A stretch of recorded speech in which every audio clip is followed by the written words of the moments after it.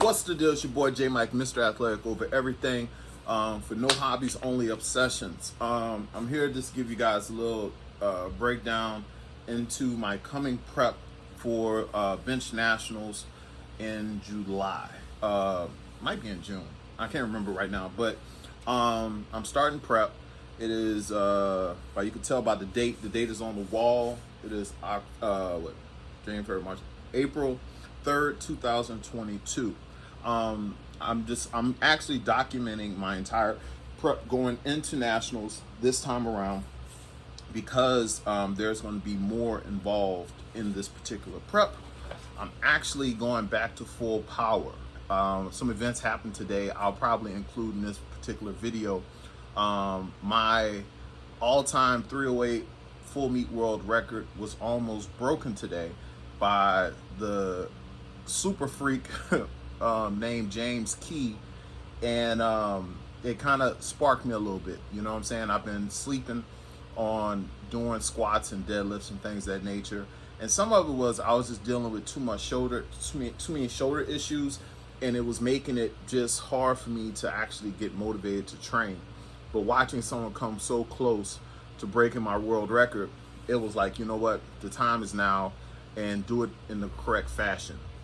Now, James actually took token lifts on his squat and his deadlift. He just was really just trying to get a bench. And actually, I want to say this in this particular video. Under normal circumstances, I wouldn't respect someone doing that to break a world record. But this kind of happened. It kind of fell in his lap this way. He was trying to qualify for Worlds, the bench team, but they allowed him to do the full meet in order to qualify for IPF World. So him doing that wasn't like he was trying to sign up for this and do some token lifts then bench. It wasn't the situation. So I don't look at it the same. But with that being the case, when I benched 612 at 308 or 302 anyway, I also had a 2061 total, which is the biggest total I've ever put up in a full meet competition. So it's like one of those things where if someone breaks a record, you want them to do it the right way. I wouldn't want someone to break a world record I had and they did a token lift. You know what I'm saying? It makes it kind of weird. But that being said, the biggest bench of all time in a drug tested meet by 308 is it's either 633 or 638, and I need to get that. So we're gonna do that. But in the process of me doing that, I also want to total 1,000 keys. Now, if you listen to me, I just said my biggest competition total was 2,061. You kind of got to look at that a little different because the meet where I broke the IPF world record in a full meet open, I had 21:05 on the bar and missed an inch at lockout, and that kind of tells the story a little bit. And then right after that, I squatted 750 pounds and bench, you know what I'm saying? So I never put them all together. So I've squatted 750, I've pulled 771, and I've benched 622. And I just never put them all together in the same competition. And that's what I plan on doing when I start back full power.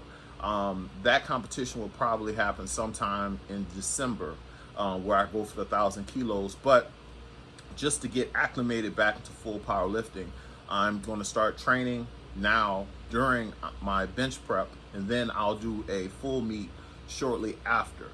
But there's just a lot of going on with this. I'm going to start the process of doing my prep, but I'm probably going to sign up at either Alphaland or Russ Swole's gym, Corrupted Strength, to do my prep. Just due to the fact that I think the scenery in here doesn't do anything for my my Instagram. I think, just looking at the numbers, anytime I post videos lifting at another gym, the numbers are always, 10, 20 times greater. So I think it's something about me lifting in a garage with no environment kind of hurts my video. So we're going to start putting that up. Yeah, but it was awesome today just watching Powerlifting America Lifters Lift, and it just kind of got me a little fired up. and wanting to get back into the swing of things with the full power situation. But I wanted to talk about how I actually got out of lifting full power.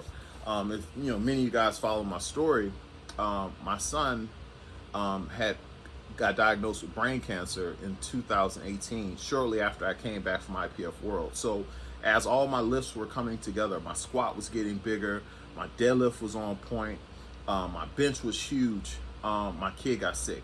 And when that happened, it crushed me.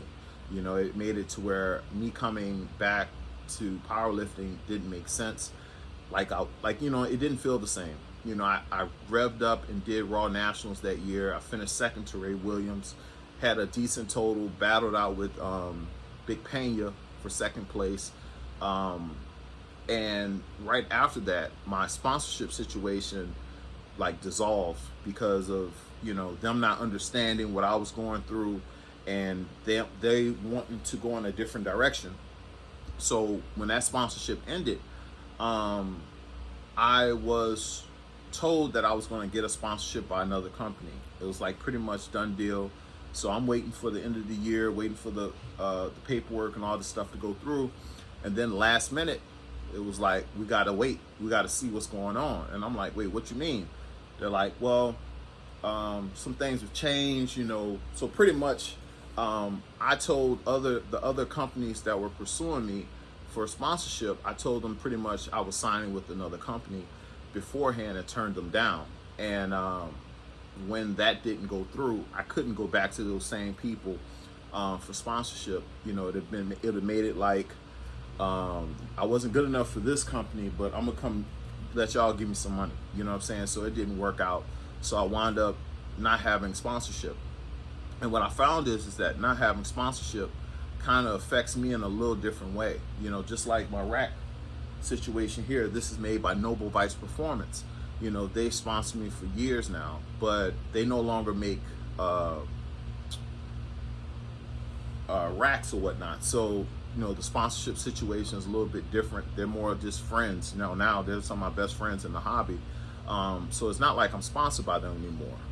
So I don't have any responsibilities. And when you don't have responsibilities to sponsors and things of that nature, it kind of changes your lifting dynamic. I don't have anybody to impress or to represent for the most part. And that's kind of what was going on for the last, couple of years, is just that I just been sleepwalking damn near.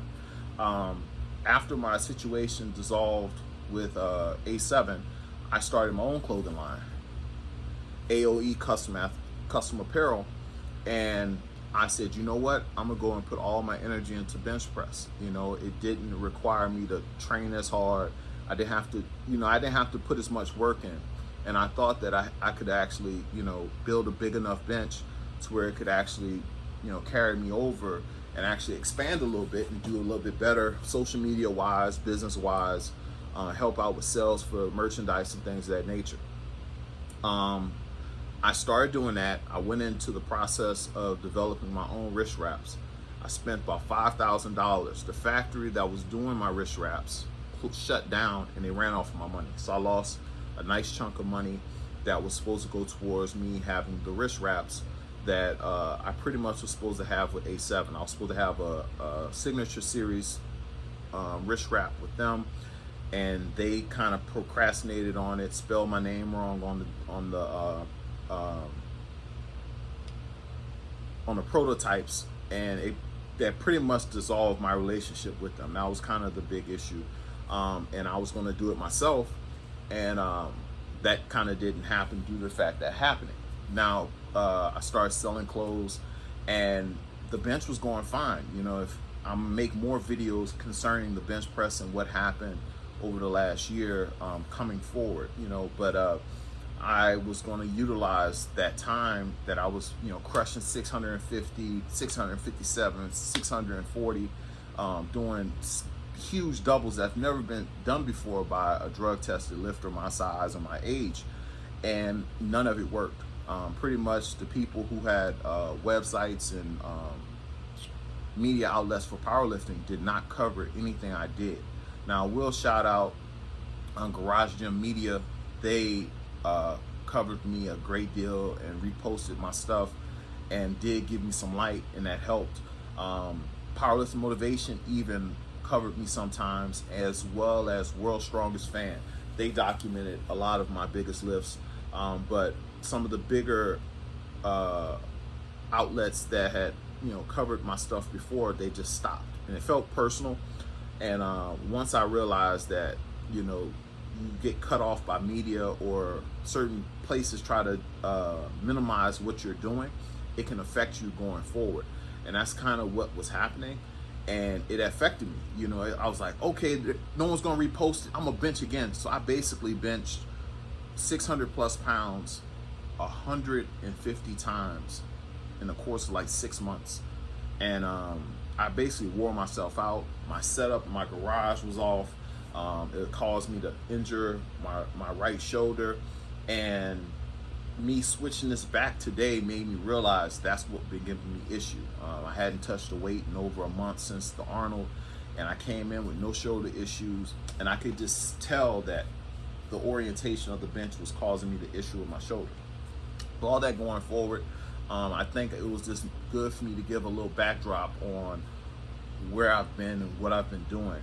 And going forward, we're going to be doing full power training, so I'll be documenting everything and uploading it on here. Now, I changed the name from Athletic Over Everything to No Hobbies Only Obsessions, due to the fact that since the pandemic, my sport card collection has grown and it's gotten kind of crazy. So I started doing more collectible stuff and things of that nature, and this is all part of what I do, so that will be on here.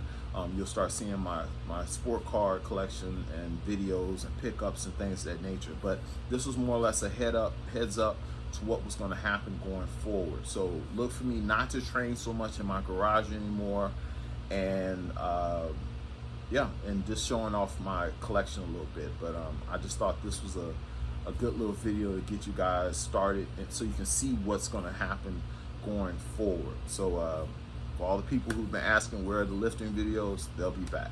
So until next time, later.